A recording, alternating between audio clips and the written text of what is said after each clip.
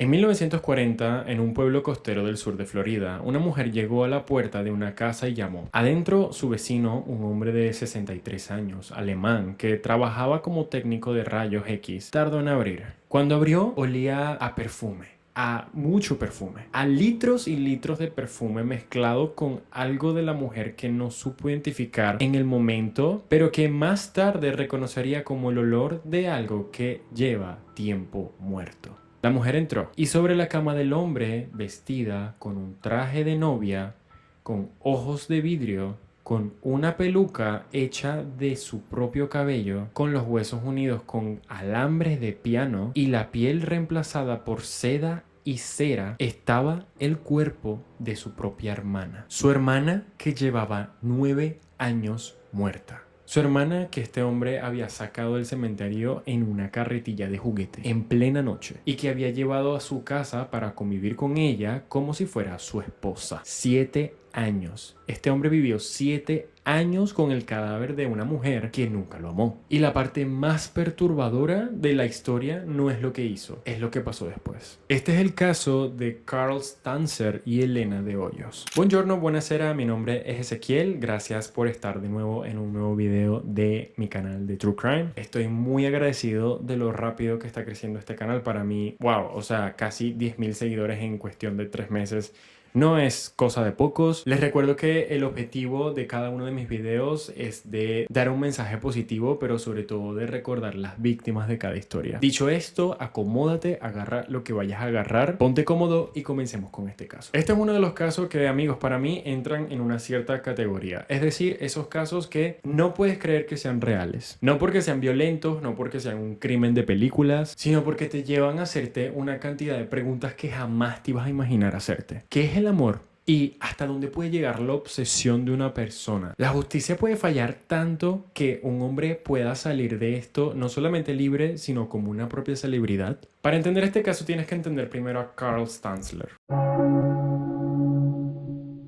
Si te quedas hasta el final de este video te voy a contar toda esta historia sin rellenos, cronológicamente, con hechos, ¿ok? Y para entender a Carl Stanzler, solamente tienes que saber que Carl Stanzler era una mentira andante. Nació el 8 de febrero de 1877 en Dresde, en Alemania. Su nombre real era George Carl Tanzler, pero a lo largo de su vida usó distintas versiones de ese nombre según lo que le convenía. Carl Tanzler, Carl von Cosel, el conde Carl Tanzler von Cosel. En alemán, ese von es equivalente a un título nobiliario, por así decirlo. Obviamente era completamente inventado. Carl no era ningún conde, Carl era un hijo de una familia de clase media de Dresde que no tenían absolutamente nada de aristocrático. Pero Carl tenía imaginación, mucha imaginación. Desde niño, décadas después, según su propia autobiografía, él empezó a tener visiones. Decía que se le aparecía el fantasma de una condesa muerta llamada Ana Constantina von Cosel, que le prometía que él en algún momento iba a encontrar el amor de su vida. Y la describía con detalles. Una mujer joven, de tez oscura, cabello negro, de origen latino o mediterráneo. Ahora bien, no sabemos si esto es verdad o si es una de las cosas, de las miles de cosas que Carl se inventó para darle un marco romántico a lo que vino después. Lo que sí sabemos es que desde joven Carl tenía una cierta relación muy extraña con la muerte, con el espiritismo y con la idea de que él era un ser especial destinado a algo grandioso. En su juventud, según, viajó bastante. Dice que estuvo en India, que estuvo en Australia, donde en algún momento de la Primera Guerra Mundial estuvo internado en un campo de concentración para ciudadanos alemanes. En ese periodo, según los registros, también se casó con una mujer alemana de nombre Doris Schaffer, con quien tuvo 2 hijas. Una de ellas llamada Clarista, quien murió lamentablemente de difteria a los 10 años. Después de la guerra, Carl siguió moviéndose hasta 1926, que llegó a Estados Unidos por Cuba, entrando por Cuba, y se instaló en Zephyrs, o no sé cómo se llama esta ciudad, queda en Florida, donde vivían una de sus tías. Importante, cuando Carl llegó a Estados Unidos, también llegó con su esposa Doris y con su hija sobreviviente. Vivían en Florida. Carl tenía una familia, Carl tenía una vida. Pero en 1927, Carl consiguió un trabajo como técnico de rayos X en el Hospital de la Marina de los Estados Unidos en Key West, en Florida. Por ende, tuvo que irse a unos 250 150 kilómetros lejos de su casa y se tuvo que instalar solo. En ese hospital fue cuando Carl empezó a firmar como Carl von Cosel. Nadie le pidió que comprobara el título.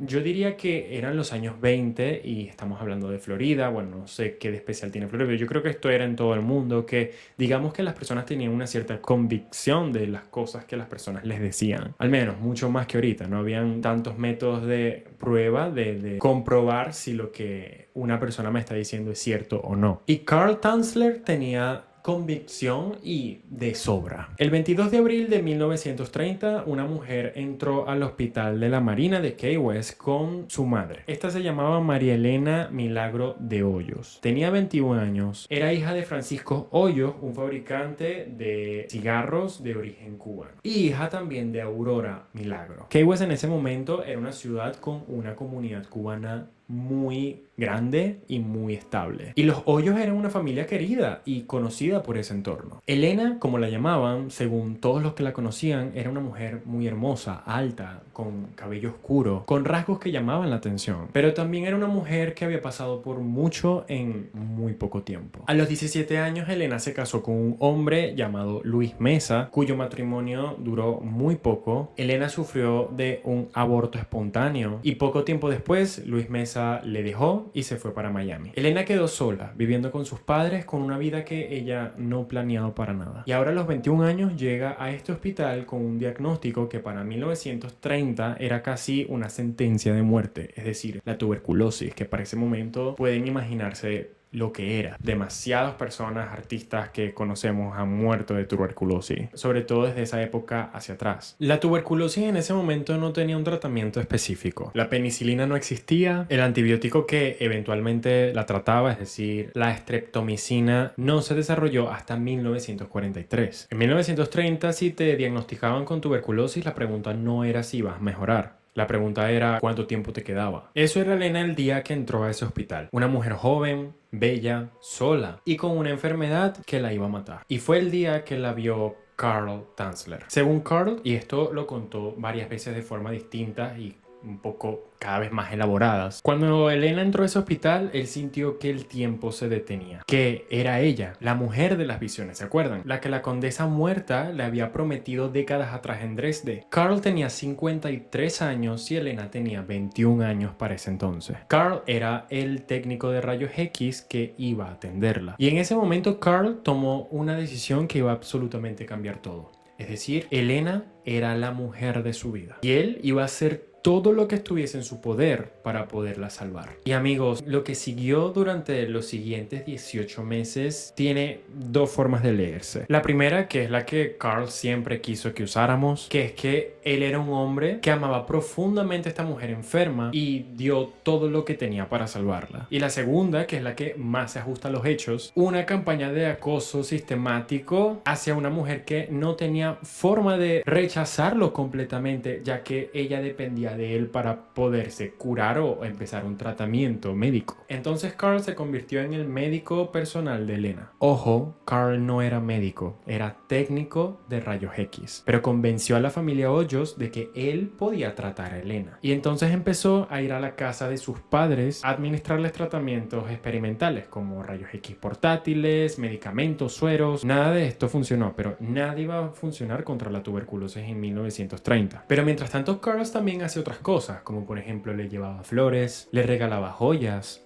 ropa, le escribía cartas, le cantaba canciones en alemán, en español, le decía que la amaba y le decía que iban a casarse. Elena toleraba todo esto, su familia toleraba todo esto. Hay registros que comprueban que Elena nunca le correspondió el afecto de forma romántica, nunca aceptó sus promesas, pero tampoco podía simplemente mandarlo a la porra, porque este hombre era el único que en sí seguía intentando mantenerla con vida. Y hay algo profundamente incómodo en esto. Elena de Hoyos se encontraba en la situación que el hombre que la mantenía con vida y que supuestamente la cuidaba era también el hombre que la estaba acosando. Y ella no tenía ni las herramientas, ni la salud, ni las opciones para salir de esta situación. Y el 25 de octubre de 1931, un año después, María Elena Milagros de Hoyos murió en la casa de sus padres de Key West. Tenía 22 años y Carl Tanzler estaba presente. Y lo que hizo Carl Tanzler después de la muerte de esta mujer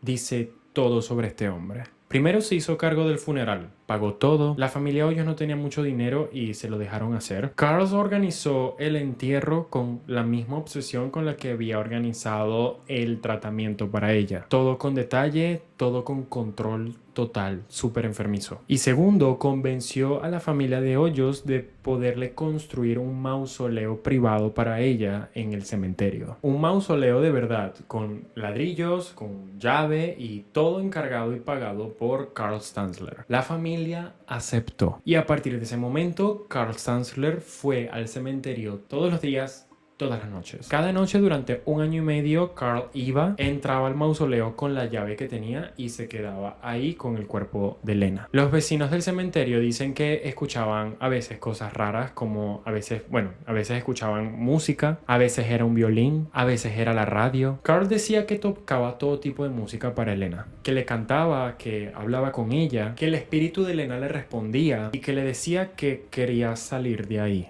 Los vecinos pensaban que era excéntrico, un poco raro, pero aunque los vecinos pensaran lo que pensaran, en una ciudad tan pequeña como Key West, las personas pensaban que Carl, siendo el técnico de rayos X de un hospital, no iba a hacer nada raro y no iban a tomar cartas en el asunto por esto. Y entonces en abril de 1933, Carl hizo lo que llevaba meses esperando. Entró al cementerio, abrió el mausoleo, colocó el cuerpo de Elena de Hoyos en una carretilla de juguete, una carretilla de juguete de esas de niños para esa época, y se lo llevó caminando por las calles de Key West de noche hasta su casa. Elena de Hoyos llevaba 2 años muertas cuando Carl se llevó su cuerpo hasta su casa. Lo que Carl Stanzler hizo a continuación no tiene precedentes fáciles de encontrar. El cuerpo de Elena llevaba 2 años en el mausoleo de Florida, en el calor de Florida, la humedad de Florida. Este cuerpo no había sido embalsamado de forma profesional. Y el estado del cuerpo de esta persona cuando Carl Stanzler se lo llevó era exactamente el estado de cualquier cuerpo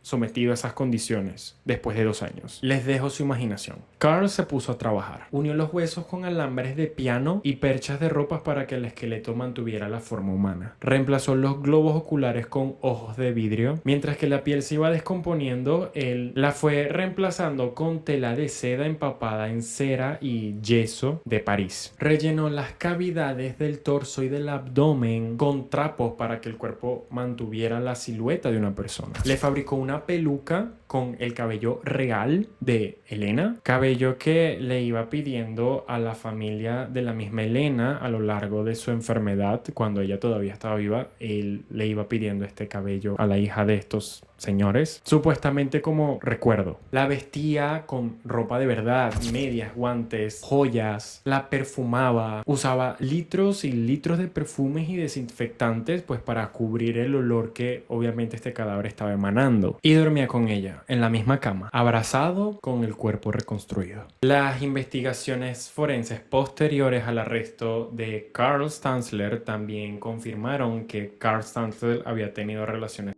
con el cuerpo. Hay un informe médico que describe un tubo insertado en la cavidad pélvica del cuerpo, lo que sugiere que Stanzler había construido un acceso a este cuerpo. En detalle no fue incluido de forma concluyente en este expediente judicial, pero fue documentado por los médicos forenses en 1940 y fue confirmado por los investigadores posteriormente. Carl Stanzler vivió así durante 7 años. 7 años. Durante todo ese tiempo él siguió trabajando, siguió saliendo, siguió interactuando con los vecinos y nadie se preguntaba qué había en su casa porque nadie entraba a su casa. ¿Y cómo se descubrió todo esto? Pues de la manera más extraña posible. Pues a lo largo de los años que Carl convivió con el cadáver, surgían siempre varios rumores. No sobre lo que había adentro de la casa, sino sobre Carl en general. Era un hombre muy excéntrico, muy encerrado en su casa y había dejado de visitar el mausoleo después de 1933, lo cual muchísima gente se extrañó. Pero todo esto sin pruebas, solo eran rumores. Los rumores no iban a ningún lado. No podían con rumores solamente ir a la policía y decir, ay, yo creo que él, porque dejó de visitar el mausoleo,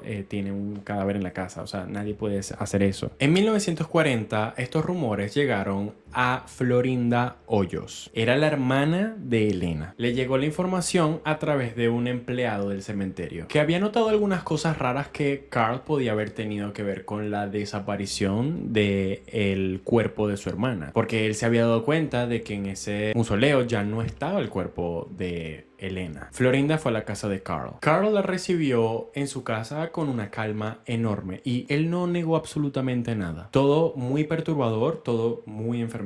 Y le propuso algo, que si se callaba, él le dejaba ver a su hermana, al cuerpo de su hermana. Florinda no se calló y llamó a la policía. Brava Florinda. Y el 6 de octubre de 1940, los agentes del condado de Monroe interrumpieron la casa de Carl en la calle Flagler Avenue de Key West y encontraron, amigos, lo que ya nosotros nos imaginamos que encontraron: el cadáver reconstruido, el traje de novia, los ojos de vidrio, los alambres, la cera, los trapos y el perfume sobre todo. Carl Tanzler no intentó escapar, no intentó negarlo. Dijo tranquilamente que él amaba a Elena y que simplemente había querido estar con ella. Y fue obviamente arrestado. Lo que pasó después del arresto de Carl Tanzler es la parte de la historia que cuesta bastante procesar. Primero, el cuerpo de Elena fue sometido a un examen forense. Los patólogos comentaron y documentaron las modificaciones que Carl le había hecho a este cuerpo. Documentaron el estado del cuerpo. Y luego, y esto es 100% real, lo que pasó de verdad: el cuerpo de Elena de Hoyos fue expuesto al público en la funeraria Dean López de Key West. 7,000 personas fueron a ver el cadáver de Elena de Hoyos. 7,000 personas. Y Key West en 1940 tenía aproximadamente 12,000 habitantes. Es decir, más de la mitad de la población de la ciudad fue a ver el cuerpo de esta mujer como si fuera una atracción de feria. Después de la exposición pública, el cuerpo fue llevado al cementerio y enterrado en una tumba sin nombre, en un lugar secreto para que Carl Tanzler no pudiese encontrarlo. Y ahora viene el juicio. Carl Tanzler fue acusado de profanación de cadáver, compareció ante el juez y entonces ocurrió algo que nadie esperaba. El juez determinó que el delito había prescrito. En el estado de Florida en 1940, el estatuto de limitaciones para el delito de profanación de cadáveres era de 2 años. Carl había sacado el cuerpo en 1933. Habían pasado 7 años. El plazo legal había vencido y Carl Tanzler, después de esto, salió libre, sin cargos, sin condena, sin absolutamente nada, sin un solo día de cárcel por haber robado el cuerpo de una mujer de un cementerio, de haber reconstruido y de haber convivido con él durante 7 años. Nada. Ahora bien, que Carl haya salido libre por un tecnicismo legal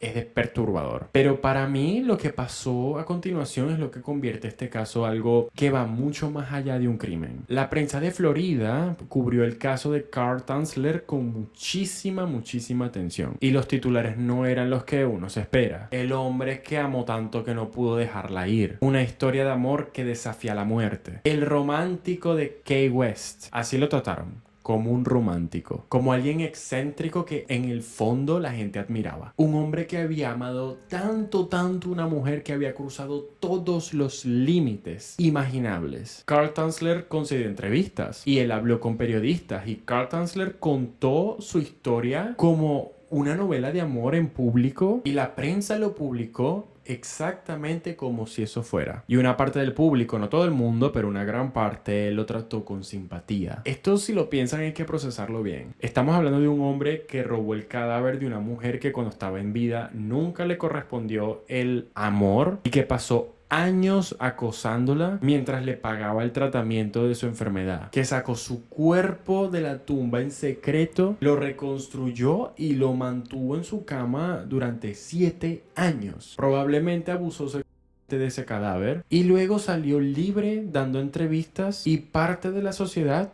lo vio como una persona romántica. En esa época es que por una parte puedo no entender, porque esto no lo entendería jamás, pero hay muchas cosas que a todos nosotros nos sorprenden que en esa época eran comunes. No digo normales porque nada de esto es normal, pero muchas de esas cosas, no sé, muchas cosas que pasaban en esa época hoy en día nos pueden parecer absurdas. Pero esto para mí dice y habla sobre cómo el amor o el concepto del amor puede ser usado para justificar absolutamente cualquier cosa. Y como esa época, alguien, un hombre cualquiera que podía decir, sabes, amo a esta mujer, podía ser capaz de hacer todas estas cosas. Elena de Hoyos nunca lo amó. Elena de Hoyos nunca lo eligió. Elena de Hoyos nunca tuvo la oportunidad de decir que no a algo que ocurrió después de su muerte. Y sin embargo, durante décadas, la narrativa pública de este caso fue la del hombre que amó demasiado, no la de la mujer cuya dignidad, cuyo cuerpo, cuya muerte fueron violados de la manera más literal posible. Después de su liberación, Carl Tanzler volvió a donde su esposa legal, Doris Schaffer, con quien había estado casado durante décadas. Sí, durante todo este tiempo que él estuvo conviviendo con un cadáver, él tenía una esposa que vivía a 250 kilómetros de distancia y que al parecer nunca supo con exactitud qué era lo que estaba haciendo el marido en Key West. En 1947, Carl Tanzler publicó su autobiografía en la revista Pulp Fiction Fantastic Adventures y la tituló El amor eterno, o variantes de ese nombre según la edición, en donde contó su versión de la historia, que ya nos imaginamos que es la de ese hombre que amó profundamente a esa mujer, tanto que hizo lo que hizo porque el amor es mucho más fuerte que la propia muerte. La revista la publicó y la gente la compró. En 1952, Carl Tanzler murió. Tenía 75 años. Lo encontraron en su casa de Zephyr Hills. No sé cómo se dice esta ciudad, ok, es muy difícil. En una posición totalmente horizontal, en un estado de descomposición avanzado. Lo que sugiere que lleva ya días muertos cuando alguien lo había encontrado en ese estado. Algunos reportes dicen que lo encontraron abrazado con una figura de cera que parecía a la de Elena. No se pudo confirmar con certeza nada, pero la imagen es coherente con lo que sabemos de Carl Tanzler, ¿ok? Que hasta el final de su vida nunca soltó su obsesión. Elena de Hoyos, como les dije, fue enterrada en una tumba sin nombre en el cementerio de Key West. La ubicación exacta se mantuvo en secreto durante décadas y no hubo nada que compensar. El sistema legal determinó que esto no había sido un delito procesable. El mausoleo que Carl había construido con sus manos para Elena en el primer cementerio todavía existe hoy. La placa original que Carl había mandado a grabar fue destruida cuando recuperaron el cuerpo de Elena en 1940. Y fragmentos de esa placa se exhiben todavía hoy en el Museo Histórico de Key West. Durante décadas, la historia de Carl Tanzler fue recordada como una historia de amor oscura, pero romántica. Solo durante los años, con el trabajo de investigadoras y escritoras, fue que pusieron el foco en Elena. Desde esos momentos fue que finalmente esa narrativa empezó a cambiar. Ese foco empezó a meterse en eso de que Elena de Hoyos tenía 22 años cuando murió, nunca eligió a Carl Tanzler, nunca lo amó y nunca tuvo la oportunidad de decir que no a lo que le hicieron después de muerta. Esto es lo que hay que recordar, amigos, de este caso. Carl Tanzler nunca fue tampoco sometido a ningún análisis psiquiátrico formal. En 1940, cuando fue arrestado, una junta médica lo evaluó y declaró que Carl estaba apto para enfrentar un juicio y eso es todo. O sea, nada más. No hubo diagnóstico, no hubo seguimiento, no hubo internación, nada. Lo que sí existe es una descripción de sus comportamientos, de sus propios testimonios, y que permite a los especialistas que estudiaron el caso retrospectivamente identificar algunos patrones de esta persona. El primero de todos es la erotomanía. La erotomanía, también llamada síndrome de Claude-Baut, es un trastorno en el que una persona desarrolla la creencia delirante que otra persona, generalmente de mayor estatus social o que apenas conoce, está enamorado de ella. Carl claramente creía que Elena lo amaba y que lo seguiría amando si las circunstancias fueran distintas. Interpretaba cualquier tolerancia de Elena hacia él como señales de amor correspondidas. O sea, no había nadie que le dijera: Carl, amigo, date cuenta. O sea, cero. ¡Qué miedo! El segundo, obviamente, la necrofilia, como extensión de la obsesión. Después de la muerte de Elena, o sea, sí o sí, Carl no pudo aceptar la relación, esa relación que imaginaba que había terminado. El cuerpo era la continuación física de la fantasía. El tercero es lo que los psicólogos llaman el pensamiento mágico desconectado de la realidad. Carl genuinamente pensaba que Elena podía resucitar, que el espíritu de Elena le hablaba, que había una conexión sobrenatural sobre ellos, aunque esta parte sinceramente a mí personalmente me da miedo.